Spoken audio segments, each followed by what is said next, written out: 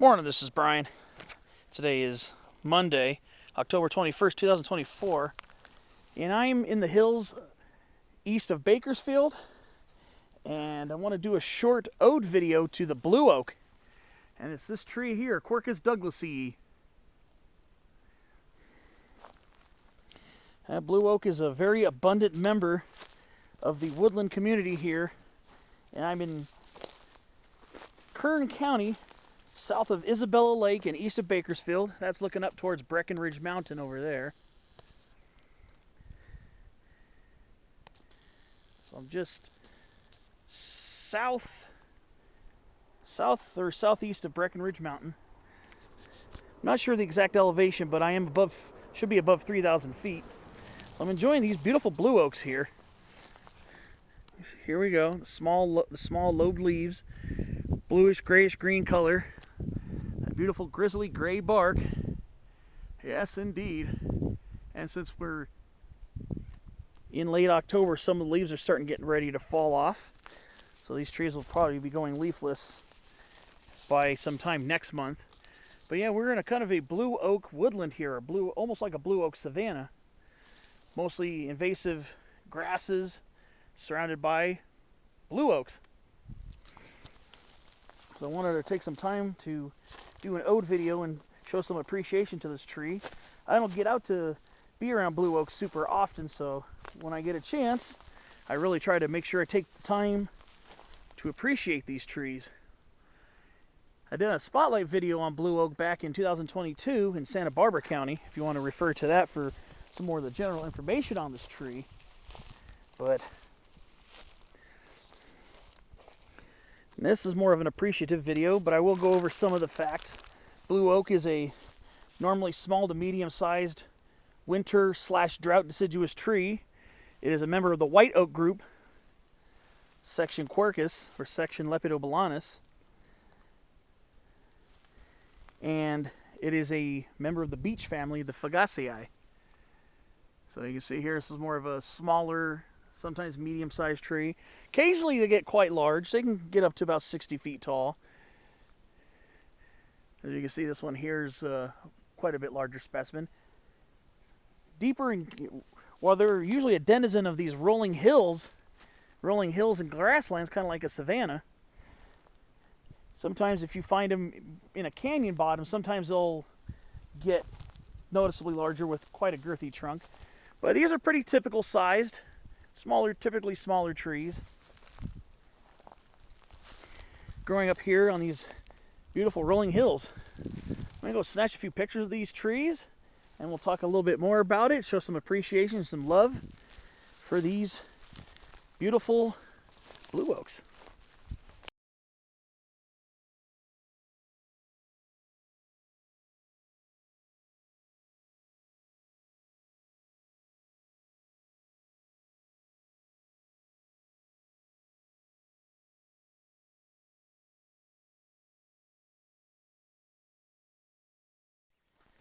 So yeah, here we are. Beautiful blue oaks. Now in some areas you'll see mixing in with these.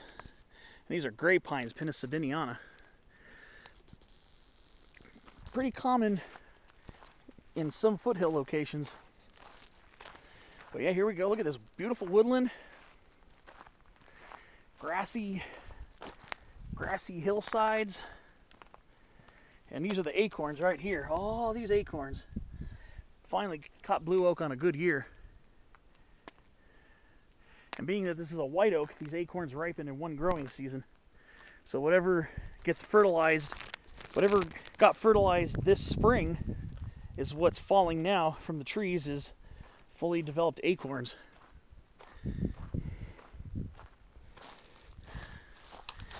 And sometimes these leaves are slightly tooth-edged, sometimes they're slightly lobed. And it's pretty closely related to a type of white oak we have, or closer to where I live in further southern California, where I live in San Diego County, called Engelmann oak. It's a fairly close relative of Engelmann oak as well. Kind of similar, only the Engelmann oak leaves don't really get any lobation in them like the blue oak does. And this is also a close relative of our valley oaks, the ones that get much larger with much more deeply lobed leaves. Those are the valley oaks that are also found scattered in this area, mostly in valley bottoms. But yeah, we got some beautiful blue oaks here. Very nice specimens going along this little road here. Walser, I think the name of this is Walser, because I got this from Caliente Bodfish Road. I think I got it from Caliente Bodfish Road, coming from Isabella Lake. And I'll have to see if I can find this place on a map. All I know is that almost due north of us is that big, massive Breckenridge Mountain looming over the valley. But just look at just how peaceful it is here. It's nice and quiet. Beautiful day here. Just beautiful, quiet, very quiet out here.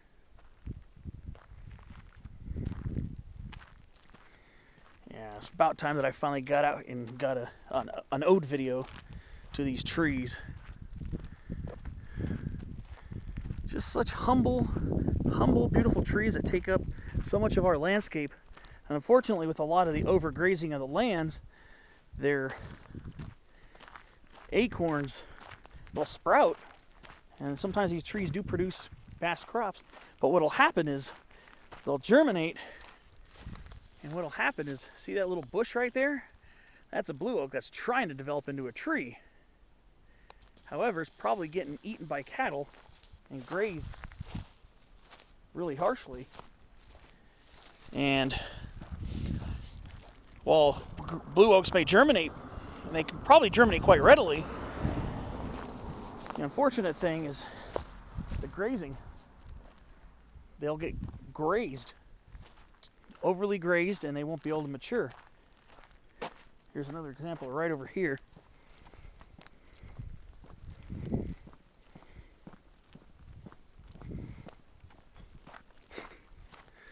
Here's one that's kind of shrubby. This one has a little better foothold. A lot of times they'll get grazed. Here's a blue oak seedling right here. No, that's a twig, never mind. But yeah, beautiful blue oaks up here in the foothills of the mountains. So I'm gonna go over, get a couple more pictures, and then take another look at some trees a little further up the road, and we'll end this off pretty soon.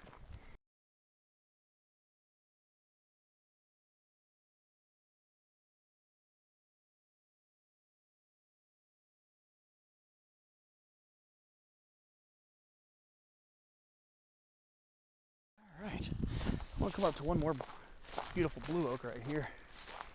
A little bit older. I've seen them get much larger than this, but it's a very picturesque leaning specimen.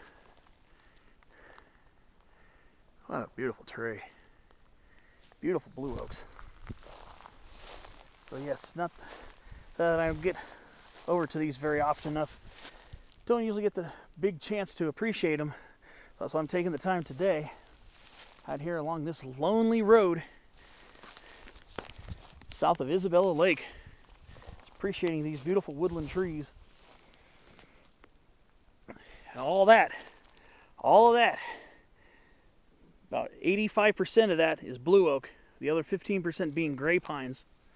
Now there's some areas where gray pines and blue oaks are more evenly matched in number, and you'll find some of those around the Isabella Lake area. So you'll see lots of gray pines and blue oaks. Tehachapi is a great place to see blue oaks, and blue oak and Tehachapi. The Tehachapi area, yeah, lots of blue oak and gray pine woodland there, sometimes mixing in with interior live oak, and sometimes California buckeye. But yeah, it's just a lot to appreciate over here.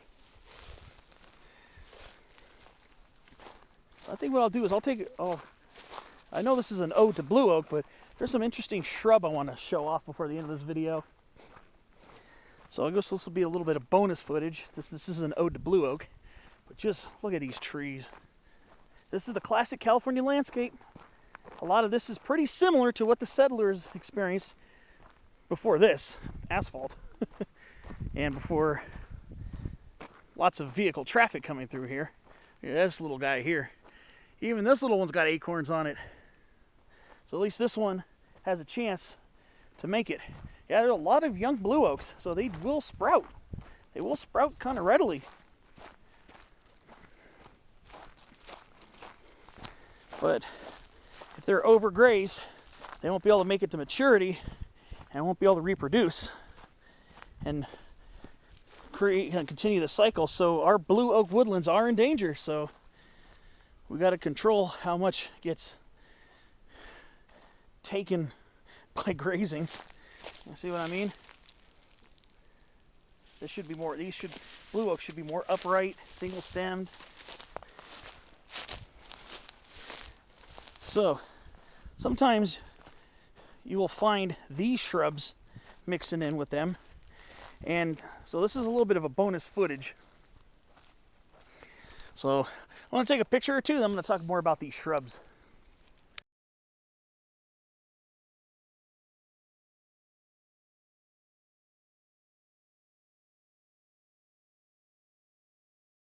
So here's some bonus footage. So I already talked about the blue oak, the majestic blue oak. May not be the largest tree in size, but boy, it is such a great presence here in our central California woodlands, from LA County up to Northern California, northwestern LA County. But sometimes under these blue oaks, occasionally we'll get some chaparral shrubs that pop up. And here we got some really old growth buckbrush. And this is Ceanothus cuneatus variety cuneatus. And these are some old specimens here. These are some old growth specimens of Ceanothus cuneatus variety cuneatus. Here's a little bit younger one. It's a little more upright and a little more vigorous. But these ones are on their way out, unfortunately. As you can tell here, there's not a lot of living tissue left on them. But yeah, these ones have been around for a while. You can see the braided bark and braided stems on these old buckbrushes. So let me get a couple pictures of these real quick.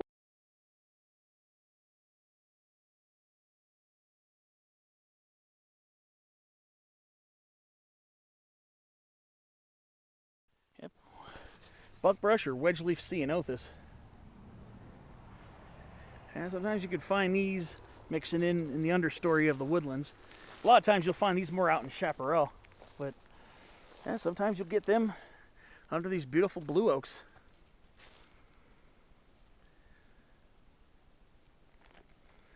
Pretty nice. So yes, I think what this will do is make this will probably be about the end of this ode video to the blue oak, with a little love shown to our buckbrush or wedge-leaf ceanothus. So I think that'll about do it for this. Thanks for watching, and hope to see you on another ode video.